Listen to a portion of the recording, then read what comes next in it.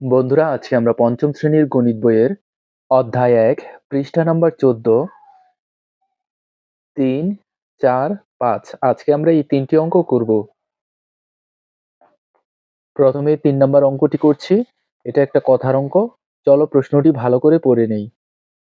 গ্রামবাসীরা গ্রামের রাস্তা মেরামতের জন্য টাকা তোলার সিদ্ধান্ত নিলেন।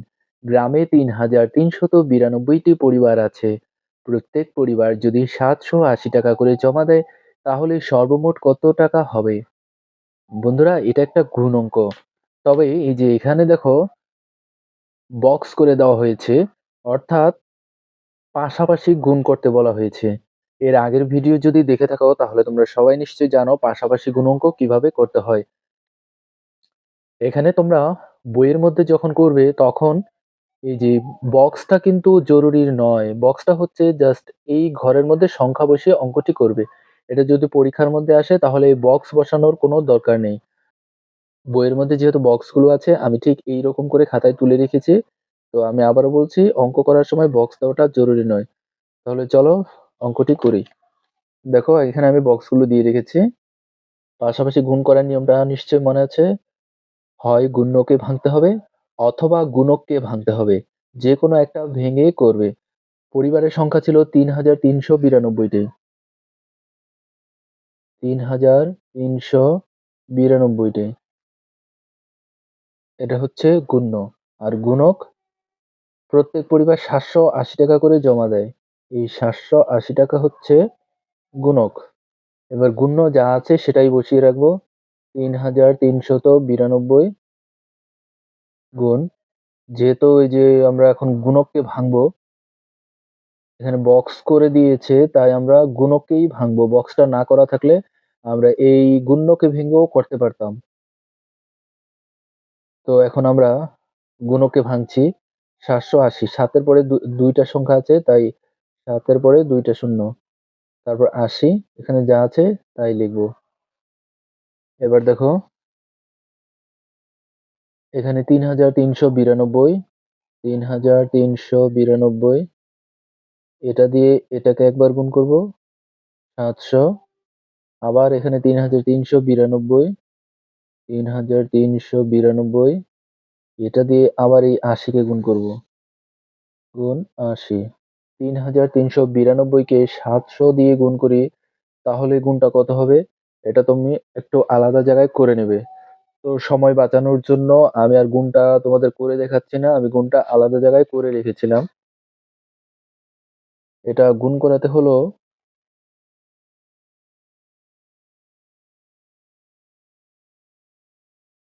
২৩,৭৪,৪০০, আর ৩,৩৯২ কে ৮০ দিয়ে গুণ করলে হবে, এই গুণটাও আমি আলাদা জায়গায় করে রেখেছি। এর গুণফলটা হবে,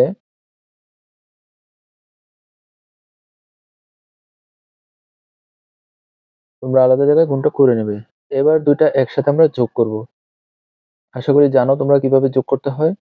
শুধুমাত্র এই যোগ অঙ্কটা তোমাদের দেখিয়ে দিচ্ছি, এটা অন্য একটা জায়গায় রাফ করে নেবে।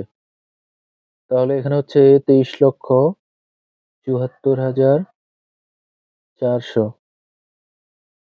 ২,৭১,৩৬০, এটা আমরা যোগ করছি। ০, ৬, ৬, ৩ আর ৪ যোগ করলে হয় ৭, ৪ আর ১ যোগ করলে হয় ৫, ৭, ৭, ১৪, ১৪ ৪, হাতে ১ থাকলো। ৩ আর ২ যোগ করলে হয় ৫, আর হাতে রেখে ৬, ২ এর ২ নামলো। ২৬,৪৫,৭৬০, এটা হলো উত্তর। এই যে দেখো, তোমরা বইটির এই যে মাঝখানে এই যে সংখ্যাগুলো বসিয়ে অঙ্কটি করবে। তো মূলত খাতার মধ্যে যখন করবে তখন এই বক্সগুলো দেবে না। এবার ৪ নম্বর অঙ্কটি করছি। ৪ নম্বরটি আছে ভাজ্য সমান সমান, এখানে কত হবে? গুণ, ভাগফল, যোগ, এখানে কি হবে? এখানে জাস্ট সূত্রটা। তো এখানে আমরা সূত্রটা লিখবো। সূত্রটা মুখস্থ করে রাখবে। তো আমি সূত্রটা লিখে দিচ্ছি আর বুঝিয়ে দিচ্ছি যে সূত্রটা কিভাবে হলো। আমরা ভাজ্য কিভাবে বের করি মুখস্থ করে রাখবে। ভাজ্য বের করতে হলে এখানে হবে ভাজক গুণ ভাগফল যোগ ভাগশেষ। ভাজ্য বা বের করার সূত্র: ভাজক গুণ ভাগফল যোগ ভাগশেষ। মানে ভাজকের সাথে ভাগফল গুণ করলে এবং তার সাথে ভাগশেষ যোগ করলে ভাজ্য বের হবে। তো এটা আমরা একটু পরীক্ষা করে দেখি একটা উদাহরণের মাধ্যমে। মনে করো ৭ কে আমরা ৩ দিয়ে ভাগ করলাম। তাহলে ৩ দুগুণে ৬, ৩ তিরিকে ৯, ৩ দেওয়া যাবে না, ৩ দুগুণে ৬। এবার ১। এবার দেখো এটা আমরা কিভাবে বুঝলাম? এই যে ভাজক, ভাজ্য বের করার সূত্র, এই যে ভাজক ৩,